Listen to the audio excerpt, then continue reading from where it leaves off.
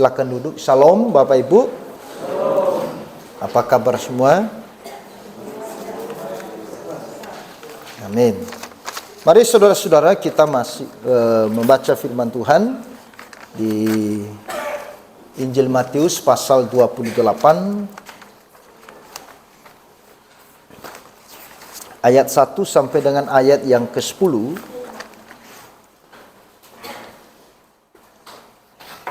Karena bulan ini kita masih ada di dalam tema Paskah, sehingga kita mencoba menggali, melihat ya, bagian-bagian yang membangkitkan iman hati kita kepada Tuhan.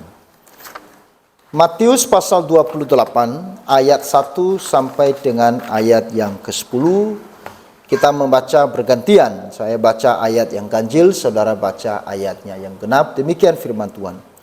Setelah hari Sabat lewat, menjelang menyingsingnya fajar pada hari pertama minggu itu, pergilah Maria Magdalena dan Maria yang lain menengok kubur itu.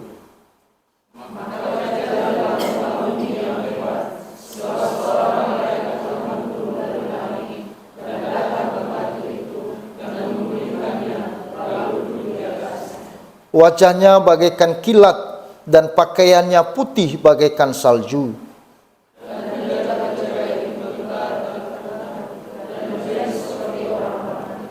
Akan tetapi malaikat itu berkata kepada perempuan-perempuan itu, "Jangan kamu takut, sebab aku tahu kamu mencari Yesus yang disalibkan itu.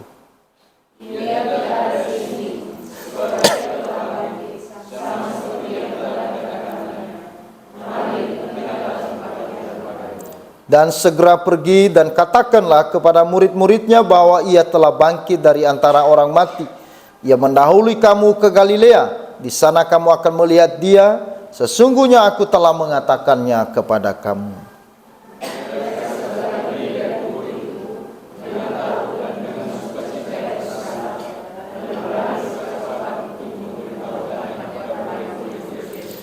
Tiba-tiba Yesus berjumpa dengan mereka dan berkata, "Salam bagimu." Mereka mendekatinya dan memeluk kakinya serta menyembahnya. Maka kata Yesus,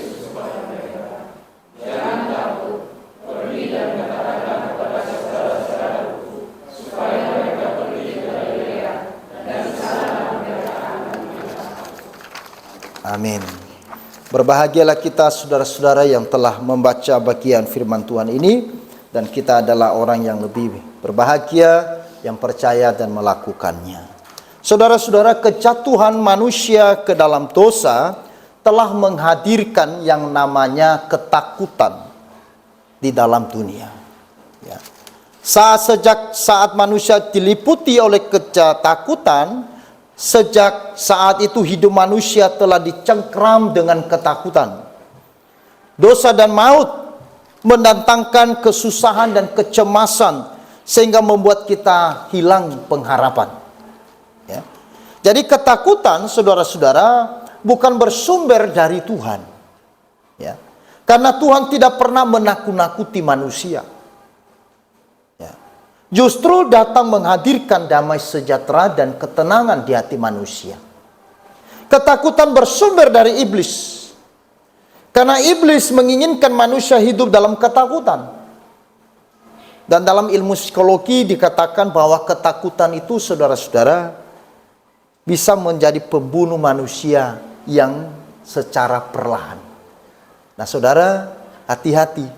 Mungkin engkau tidak sakit fisik, tetapi engkau dikuasai oleh ketakutan. Ingat, itu kematian yang bisa membunuh secara perlahan.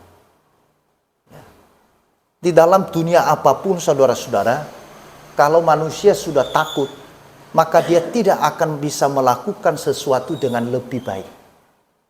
Kalau misalkan saudara mau bertanding sepak bola, tapi sebelumnya saudara sudah takut bertanding, maka saudara tidak akan bisa bermain dengan maksimal, betul?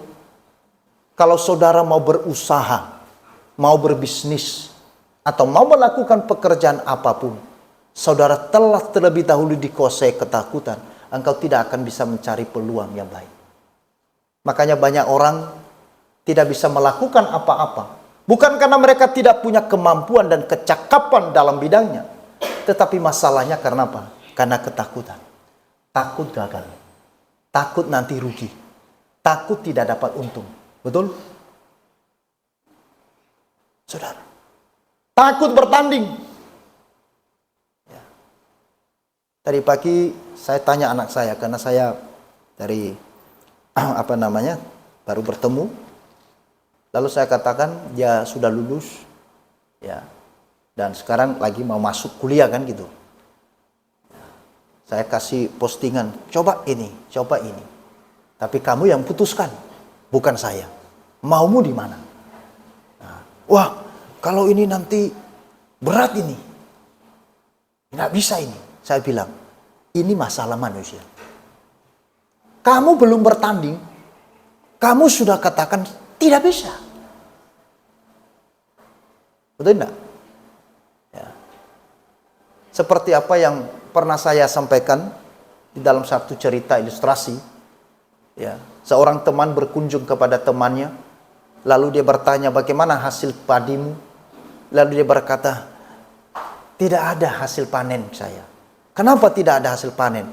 Karena aku takut kalau tahun ini tidak bisa berbuah baik.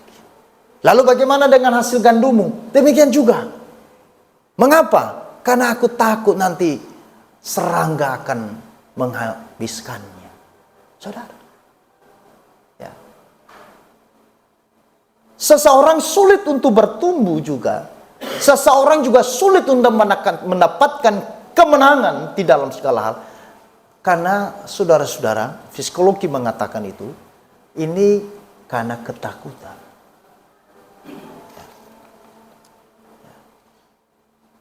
Jadi ketakutan bukan bersumber dari Tuhan, tapi bersumber dari iblis. Karena iblis ingin saudara-saudara manusia ada di dalam ketakutan. Ya. Sehingga manusia tidak bisa melihat, ya,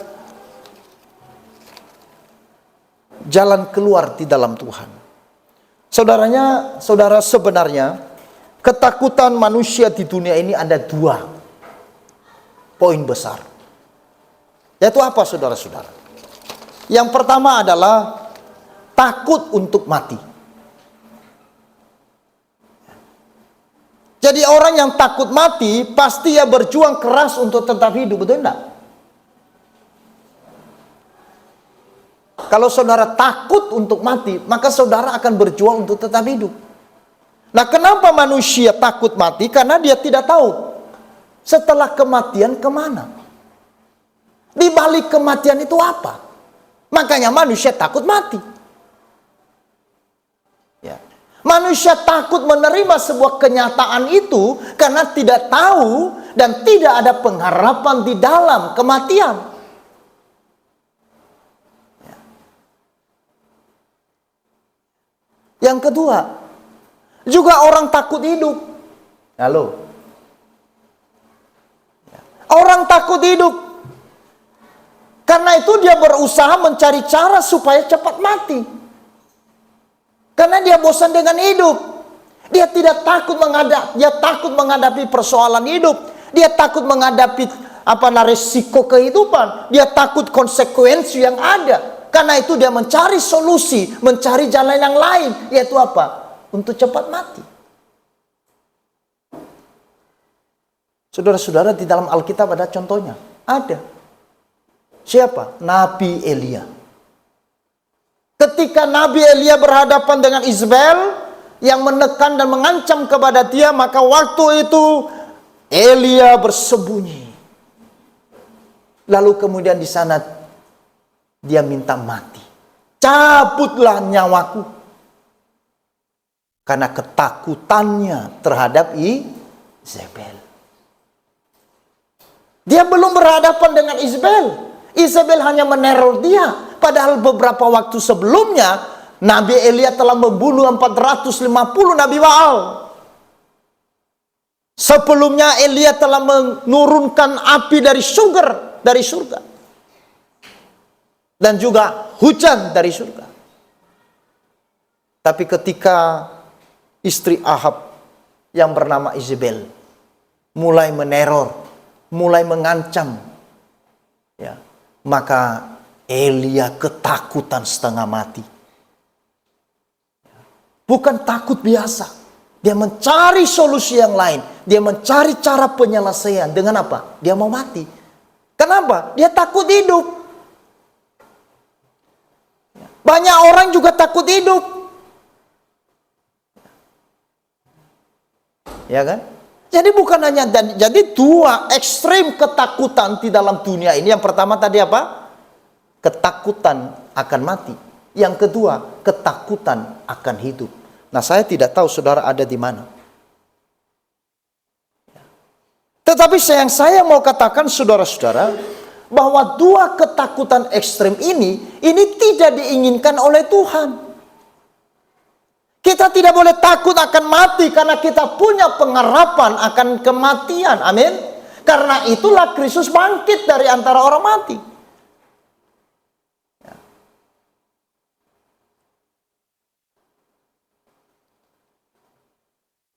Kristus datang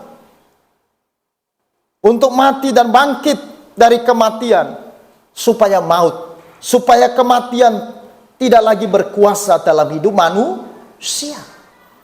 Ya. Makanya dikatakan di dalam 1 Korintus pasal 54, pasal 15 ayat 54, ya. Hai maut, di manakah kemenanganmu? Hai maut, di manakah sengatmu? Jadi melalui kebangkitan Kristus, saudara-saudara, maka ketakutan telah dilenyapkan. Ketakutan akan kematian telah ditaklukkan. Ya. Sehingga kematian yang menjadi ketakutan dari manusia, karena setelah jatuh ke dalam dosa, dan manusia tidak tahu ya kemana setelah kematian, ya, menuju kemana setelah dia mati. Maka itu sebabnya kebangkitan Kristus, ya, ini memberikan kepada kita sebuah jaminan bahwa kebangkitan Kristus telah menaklukkan, mengalahkan yang namanya kematian. Sehingga bagi setiap saudara dan saya yang percaya kepada Yesus, kematian bukan lagi yang menakutkan. Karena kita tahu kemana kita setelah mati.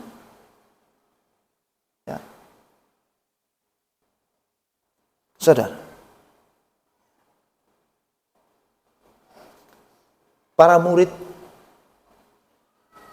bahkan juga para wanita ini, mereka di dalam ketakutan. Ya kan?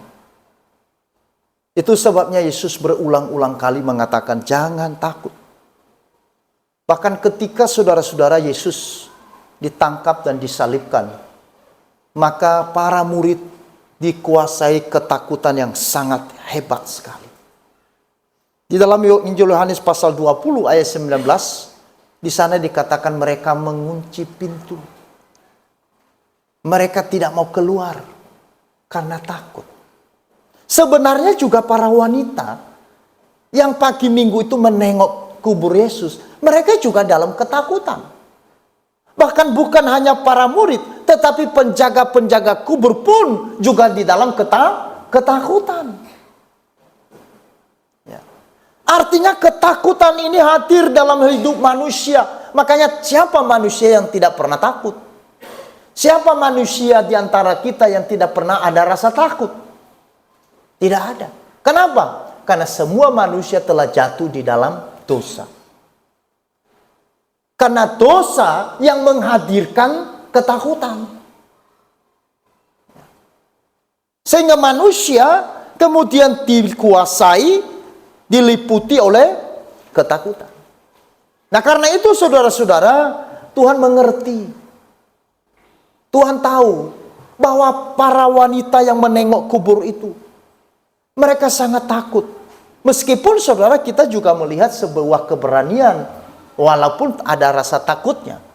Kenapa saya mengatakan bahwa wanita-wanita ini ada keberanian sedikit? Karena setelah Yesus ditangkap saudara, di dalam tradisi agama Yahudi, maka mereka harusnya merempah-rempahi mayat Yesus.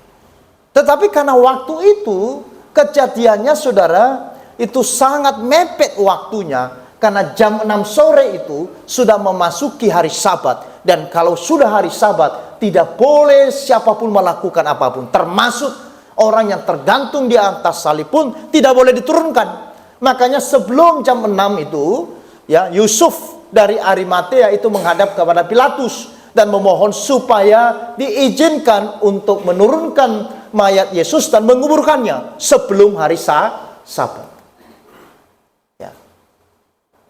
Nah, karena pergantian saudara-saudara hari pada orang Yahudi itu bukan di jam 24, tetapi di jam 18. Makanya saudara kalau lihat di Alkitab kita Indonesia, itu kan dibilang 3 hari dia bangkit. Tapi coba lihat, kalau lihat dari teks Indonesia, 3 hari enggak. Dia mati di teks Indonesia ini dulu ya. Mati jam berapa? Hari apa? Hah? Hari Jumat, masa hari Kamis? Jumat, Sabtu. Ya kan? Kalau Indonesia kan pergantiannya di mana? Di jam 24. 1. Jadi sebenarnya belum. Ya. Makanya ada orang-orang yang tidak mengerti kitab suci. Katanya 3 hari Yesus bangkit, padahal nggak sampai 3 hari tuh. Karena dia lihat di teks Indonesia, dia tidak melihat di dalam konteksnya. Ingat saudara, peristiwa itu terjadi bukan di kampung kita di Indonesia. Terjadi di Israel. Terjadi di dalam budaya Yahudi. Dan pergantian hari bagi orang Yahudi bukan di 24-nya. Tetapi di jam 18. Maka ketika jam 6.1, maka itu sudah 1 hari. Itu sudah masuk hari yang pertama. Jadi 18.1 itu berarti sudah hari pertama. Kalau Indonesia kan belum. Nanti baru jam 24-nya, baru jam 24.1 baru hari pertama. Maka waktu masuk kembali di situ sudah 2 hari. Makanya 3 hari. Karena pergantian hari bagi orang Yahudi itu pada jam 6 sore. Nah, saudara-saudara, ya, para murid ini, ya, khususnya para wanita ini, karena waktu itu mereka tidak punya kesempatan untuk merempah-rempahi mayat Yesus, makanya pada hari yang ketiga mereka datang, sekalipun sebenarnya mereka sedang tertekan.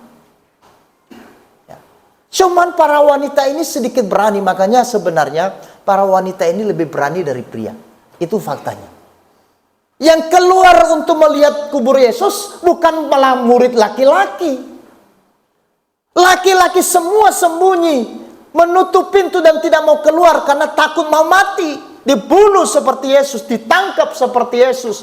Tetapi yang keluar rumah menengok kubur Yesus itu siapa? Para wanita. Wanita. Makanya kenapa gereja sampai hari ini, saudara, ya, itu wanita-wanita itu luar biasa. Ya, maka berbahagialah engkau wanita yang seperti wanita ini. Ya. Kalau ada persekutuan doa, itu pasti wanita yang banyak. Bukan berarti tidak ada laki-laki ya. Ya. Tapi itu pada umumnya. Ya, kalau di jemaat Bethesda laki-laki perempuan sama semangatnya. Amin. Ya, tapi pada umumnya di kampung, di gereja saya, di kampung itu pasti wanita yang banyak. Ya, ada kegiatan pasti wanita. Walaupun bukan persekutuan wanita, maka wanita selalu mendominasi. Zaman Yesus juga demikian. Wanita dia punya keberanian sekalipun dia sebagai makhluk yang lemah. Tetapi dia punya keberanian meskipun juga di dalam deg-degan. Maka itu semuanya Tuhan tahu perasaan para wanita ini yang datang ke kubur. Sehingga saudara-saudara dia langsung menyapa mereka dengan apa? Jangan kamu takut. Ya. Malaikat yang bertemu dengan wanita-wanita itu, dia pertama kali katakan jangan takut. Lalu kemudian setelah Yesus menampakkan diri juga, kemudian mengatakan kepada wanita ini, janganlah takut. Karena dia tahu wanita ini ada dalam ketakutan. Meskipun saudara mereka memberanikan diri, tetapi perasaan mereka dikuasai oleh ketakutan. Jangan-jangan nanti kita ketahuan. Mereka masih jalan. Ya. Kalau laki-laki lebih parah, ya, langsung tutup pintu, tutup jendela, tidak mau keluar. Tapi wanita ini masih sembunyi, masih sembunyi. Tapi perasaannya masih di dalam ketakutan. Ya. Nah, saudara-saudara yang dikasihi oleh Tuhan, itulah sebabnya Tuhan katakan janganlah takut. Kebangkitan Kristus dari antara orang mati adalah jaminan yang pasti bagi kita yang percaya untuk kita dapat mengatasi ketakutan baik saat kita hidup maupun mati. Ya. Kita juga tidak boleh takut dengan hidup. Ya. Hadapi hidup ini meskipun dengan segala macam pergumulan, meskipun dengan segala macam masalah, meskipun dengan segala macam kesulitan yang kita tidak tahu seperti apa ujungnya. Tapi kita tidak boleh takut. Saudara-saudara yang dikasihi oleh Tuhan, di dalam Alkitab, kalimat jangan takut, ya, ayat yang berbicara jangan takut, itu berapa banyak? Itu berjumlah 265 kali ayat. 1 tahun berapa hari? 365. Maaf tadi ya. Ayatnya adalah 365 ayat. Di dalam Alkitab bicara jangan takut. 1 tahun harinya berapa? 365. Itu artinya apa? Artinya bahwa setiap hari, setiap kita bangun pagi, saudara-saudara, Tuhan berkata, Noi, jangan takut. Bangun pagi besok, Noi, jangan takut. Terus bangun pagi lagi, jangan takut. Kenapa? Karena manusia pada dasarnya takut. Mau bangun juga takut. Mau bekerja juga takut. Mau tidur juga takut. Segala macam hal. Mau berusaha juga takut. Mau menjual sesuatu juga takut. Jangan-jangan nanti gimana? Semua. Karena itulah Tuhan bicara 365 kali. Kepada manusia supaya jangan takut. Kenapa? Agar manusia tidak takut. Nah saudara, kebangkitan Kristus dari antara orang mati memberikan sebuah jaminan kepastian bahwa Tuhan menyertai saudara dan saya. Amin. Ya. Tuhan menyertai saudara dan saya. Ya. Tuhan tahu ketakutan kita. Ya. Sebelum ketakutan itu hadir dalam pikiran, dalam perasaan kita, dia sudah tahu. Karena itulah dia siapkan ayat setiap hari bicara jangan takut. Ya. Jadi kalau setiap hari Tuhan bicara jangan takut, maka harusnya kita tidak takut. Ya kan? Bukan berarti tidak ada ketakutan. Karena itu setiap hari manusia ada takut. Karena itu juga setiap hari Tuhan bicara jangan takut. Ya. Saya tidak mengatakan bahwa kita tidak ada takut. Setiap hari kita takut. Setiap hari kita takut. Tetapi setiap hari juga Tuhan bicara, jangan takut. Wah, ini pemeliharaan Tuhan. Ya. Ini pemeliharaan iman. Ya. Saudara-saudara. Bahkan di bagian ini Tuhan mengulang-ulang sampai 2 kali, jangan takut. Ya. Kepada para murid-muridnya juga dia bicara, jangan takut. Nah pertanyaannya saudara-saudara, bagaimana ketakutan lenyap dari hidup kita? Yaitu yang pertama, ketika kita memiliki perjumpaan dan pengenalan secara pribadi dengan Yesus. Ya. Makanya di dalam sabda pembukaan tadi, saudara-saudara, coba kita lihat, baca ya. Kita baca ya.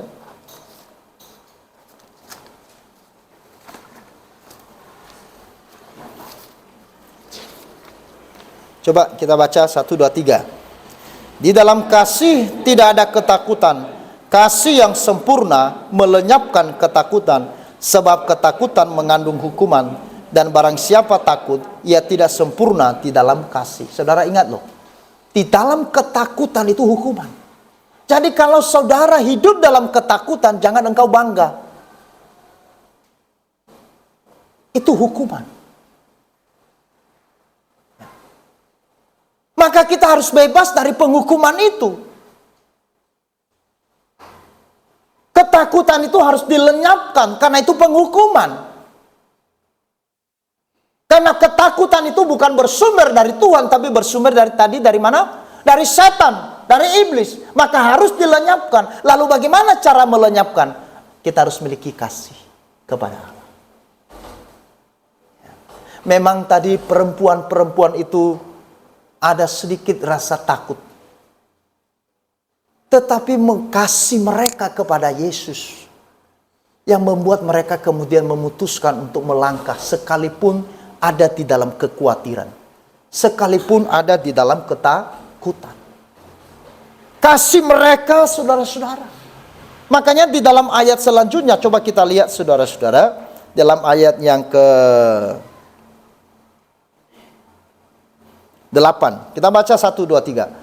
Mereka segera pergi dari kubur itu dengan takut dan dengan sukacita yang besar. Ketakutan masih ada. Jangan-jangan nanti di dalam perjalanan menuju ke tempat para teman-teman kita ditangkap dulu oleh orang Yahudi. Ada apa dengan kalian? Kenapa berlari-lari? Apa yang sedang terjadi? Gerangan apa yang terjadi? Waduh, bagaimana?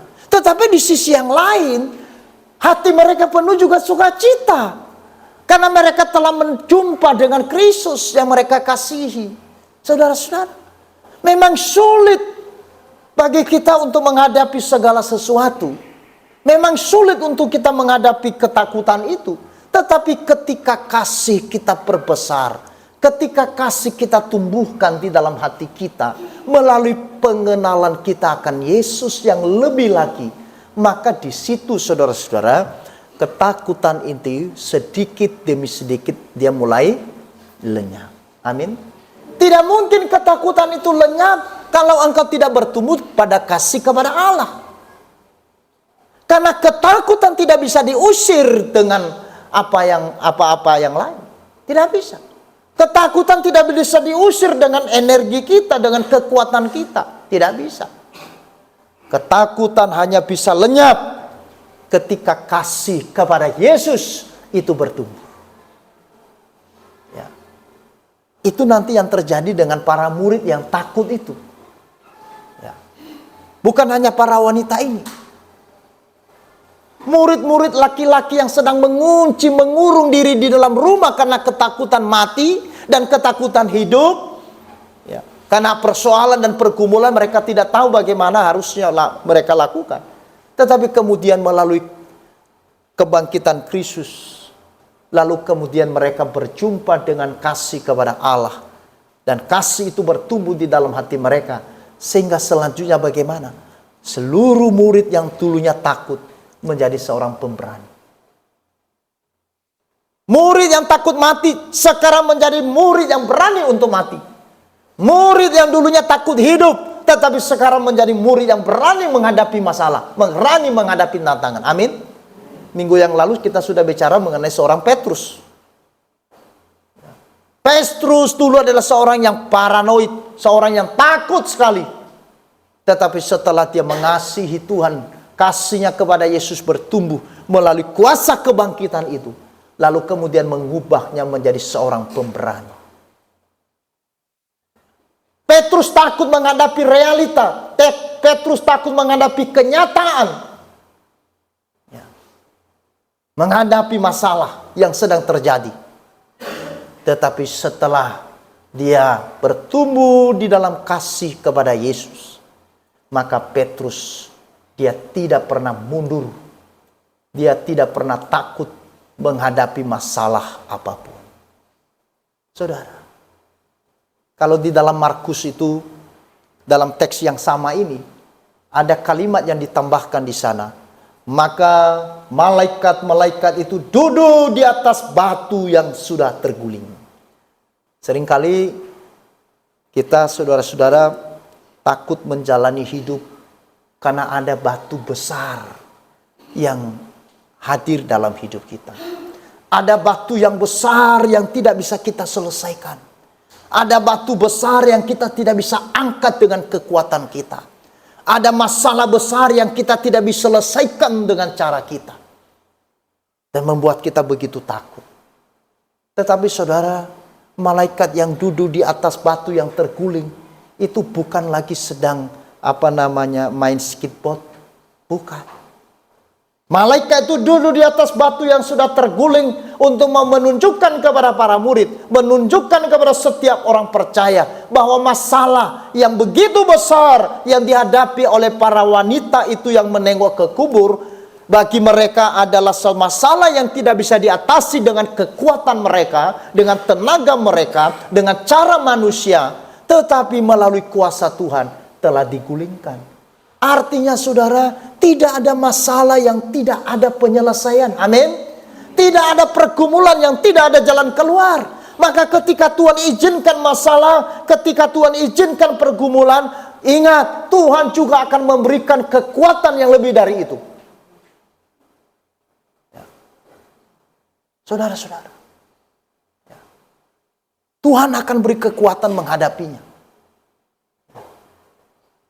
Ketika Tuhan memberikan batu yang saudara angkat sebesar 5 kilo, Tuhan beri kekuatan lebih dari 5 kilo.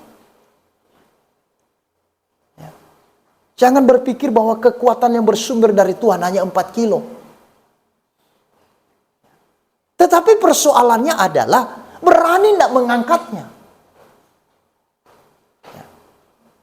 Maka itu sebabnya di dalam firman Tuhan, seringkali Tuhan perhadapkan manusia untuk mengambil satu keputusan yang berani menghadapi.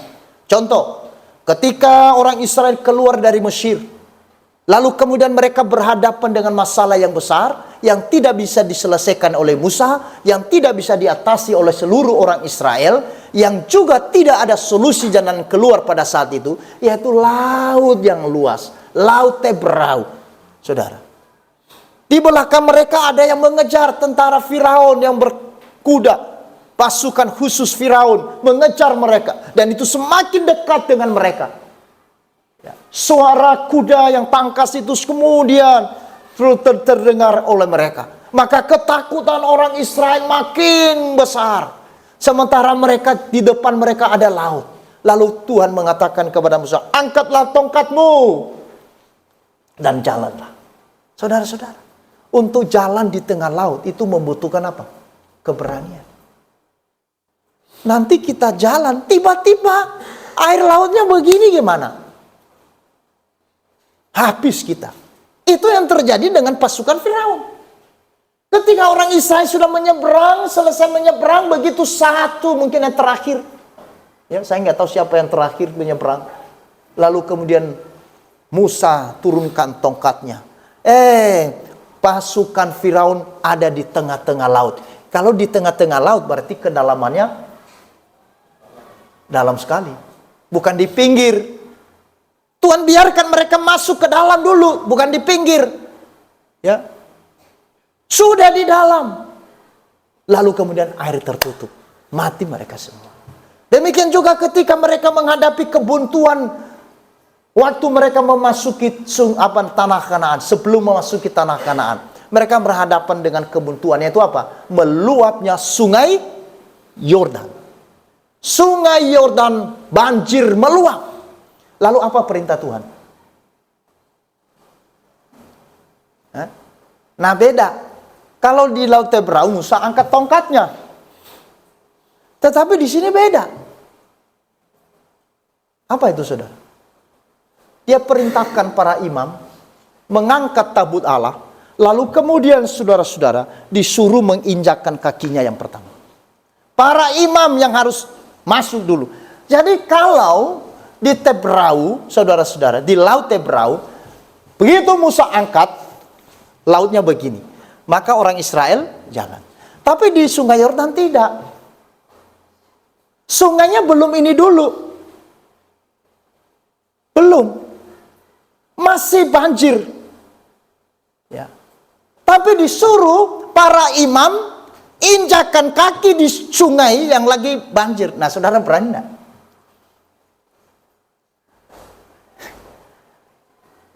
Saudara lihat di sini. Kenapa di Laut Tebrau tidak dilakukan seperti di Sungai Yordan? Karena ingat, Tuhan bawa orang Israel di padang gurun, dia melatih iman mereka. Waktu sampai di Laut Tebrau, ini baru 3 hari kira-kira baru keluar dari Mesir. Ini masih anak-anak yang nggak ngerti apa-apa. Nggak ngerti apa-apa, saudara-saudara. Ya. Oke? Tetapi ketika masuk Sungai Yordan, mereka punya pengalaman iman. Mereka telah diajar bagaimana beriman. Mereka telah mengenal siapa Tuhan yang mereka sembah. Mereka sudah punya pengalaman. Makanya sekarang tidak diajar seperti lagi anak-anak. Oh, disiapkan semua, ayo masuk. Tidak, sekarang masuk dulu. Ini namanya bertumbuh. Ya kan? Karena di Laut Tebrau baru 3 hari mereka keluar dari Mesir. Orang Israel belum mengenal betul siapakah Allah yang disembah oleh nenek moyang mereka. Mereka dengar, tetapi mereka sama sekali tidak punya pengenalan. Mereka tidak tahu betul.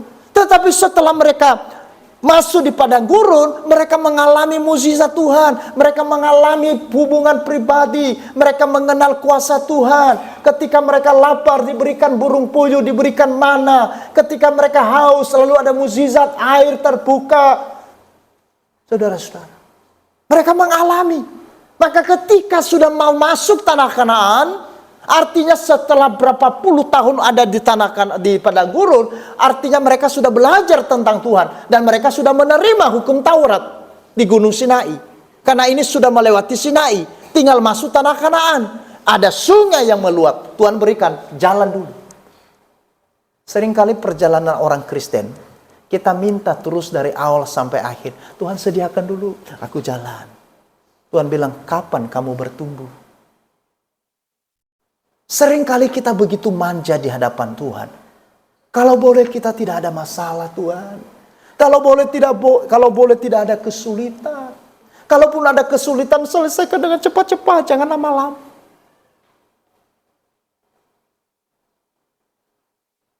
Cara Tuhan memproses iman dan memurnikan iman kita itu bukan seperti instan.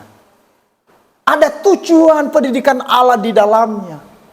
Seringkali saya juga berdoa, kapan ini Tuhan angkat semua dan selesaikan pergumulan yang berbulan-bulan ini.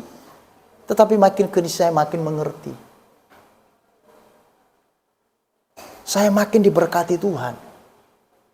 Saya makin melihat hal-hal yang indah. Saya makin dikoreksi, makin dibentuk oleh Tuhan.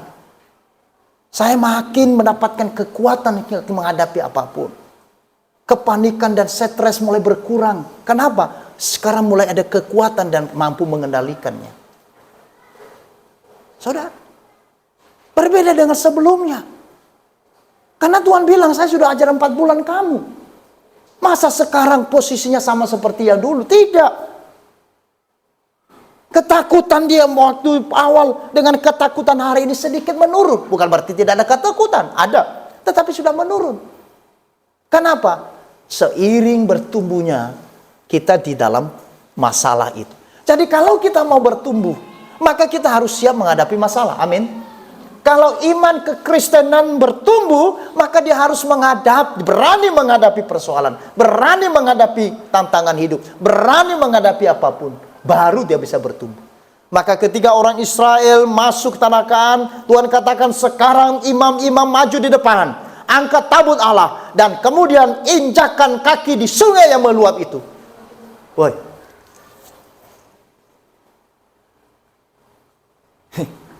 Ini berat. Bukan Yosua yang disuruh. Imam-imam. Bukan Musa lagi, sudah Musa tidak ada. Kalau sudah kering, baru. Begitu mereka berani mengambil keputusan tidak takut, injak kaki, langsung sungai. Baru. Saudara. Maka bagaimana ketakutan lenyap dari hidup kita? Kuncinya adalah pengenalan kita dengan Yesus. Kita harus memiliki hubungan pengenalan yang baik dengan Yesus. Karena dari pengenalan yang baik dengan Yesus akan membuahkan apa?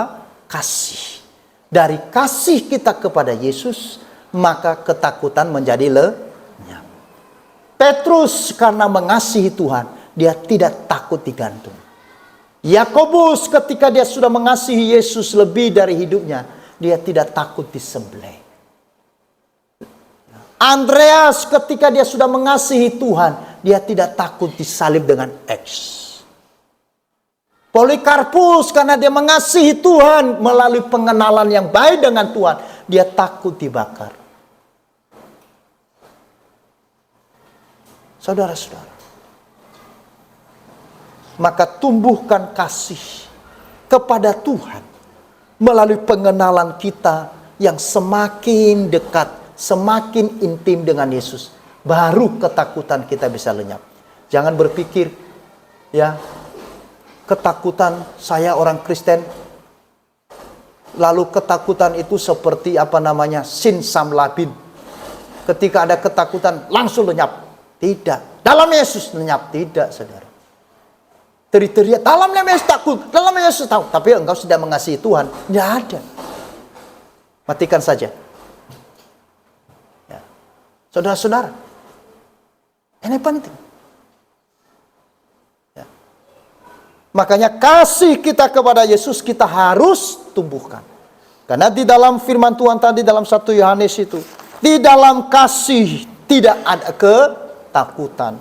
Bukan berarti kita tidak akan berhadapan dengan ketakutan. Setiap kita manusia pasti ada takut. Tapi karena kasih yang membuat kita bisa menghadapi ketakutan. Dan kasih itu tumbuh dari hasil hubungan pribadi kita dengan Tuhan. Dari pengenalan kita dengan Tuhan. Lalu bagaimana kita membangun pengenalan dengan Tuhan? Yang pertama, bangunlah persekutuan dengan Tuhan. Kalau kita mau bertumbuh di dalam kasih kepada Tuhan, sehingga ketakutan-ketakutan itu makin lenyap dalam hidup kita, maka engkau harus bangun persekutuan yang lebih dengan Tuhan. Persekutuan pribadimu dalam doa dengan Tuhan bagaimana? Aman? Persekutuanmu dengan firman-Nya apakah bagus? Jangan-jangan orang Kristen tidak pernah baca Alkitab hanya pada saat hari Minggu ketika pendeta mengatakan, mari kita baca bersama-sama Alkitab. Baru saudara buka Alkitab. Lalu mari kita baca hakim-hakim. Ini hakim siapa? Apakah ini keponakan saya?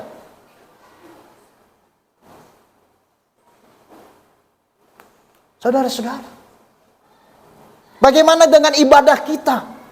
Apakah ibadah kita Senin Kamis? Apakah ibadah kita adalah ibadah yang rutin, ibadah yang continue, ibadah yang kita bangun dalam sebuah komitmen, bukan karena perasaan? Saya tidak tahu. Bagaimana dengan pelayanan kita?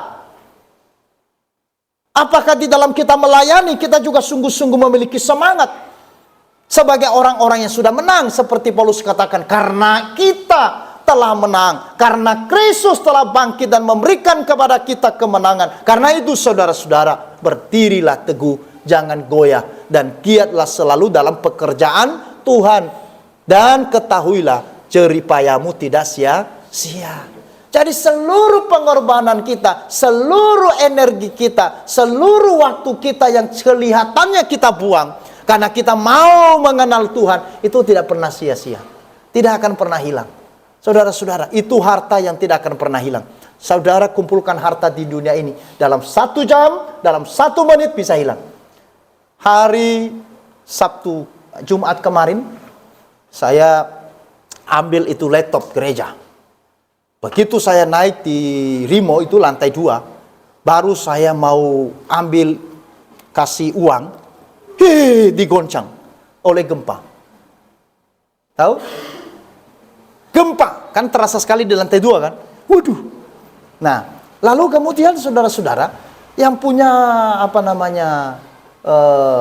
laptop, dia tidak lihat uangnya, langsung kabur. Semua kabur. Yang di depan tutup semua. Ayo turun, tutup. Loh, saya ini bagaimana ini? Ini laptop juga bagaimana? Ini uang sudah ada di atas meja. Saya mau tarik juga nggak enak juga. Karena yang punya counter ini, dia bukan lagi di dalam tokonya dia sudah di tengah. Ya, masih lihat. Saya juga mau keluar, tapi saya mau keluar harus ambil uang dulu dong. Ya kan? Kan laptop belum saya ambil. Tapi bagaimana juga, saudara? Wah, lalu kemudian dia kembali, Om. Dia panggil saya Om. Om, 1 menit bisa habis kita, Om ya. Saya bilang, mungkin juga 10 detik juga bisa habis. Loh, betul juga, saudara. Ya. Kalau kemarin kerasnya itu 1 menit, terus habis itu. Apa laptop, apa uang, habis kita. Enak. Makanya di Turki itu ada orang yang punya apartemen, yang punya kekayaan yang luar biasa. Habis. Semua hotelnya di kota itu, semua apartemennya habis rata dengan tanah. Dan dia menjadi orang yang tidak punya apa-apa dan menjadi gila. Hanya melalui satu peristiwa, 1 menit. Bukan 1 jam, bukan 1 hari. Padahal mengumpulkannya itu apa? Harta itu. Puluhan tahun dengan jerih payah. Makanya saudara-saudara, saya tidak mengatakan engkau tidak boleh bekerja. Tidak, harus bekerja. Tetapi itu bukan prioritas utama. Kumpulkanlah bagimu harta di surga. Sehingga waktu terjadi gempa bumi dan akhirnya memang kita harus mati di dalamnya. Puji Tuhan. Karena apa? Sekarang aku masuk di rumah Bapakku yang di surga. Karena kita sudah tidak takut mati toh. Betul enggak? Karena kebangkitan Kristus melenyapkan ketakutan akan mati. Dan juga kebangkitan Kristus melenyapkan ketakutan akan hidup. Nah karena itu mari kita bertumbuh di dalamnya. Di dalam kasih kepada Tuhan.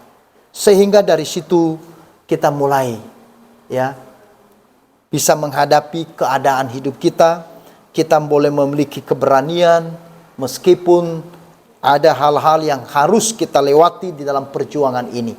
Tetapi kita yakin bahwa Tuhan tidak pernah meninggalkan kita. Janganlah takut. Amin.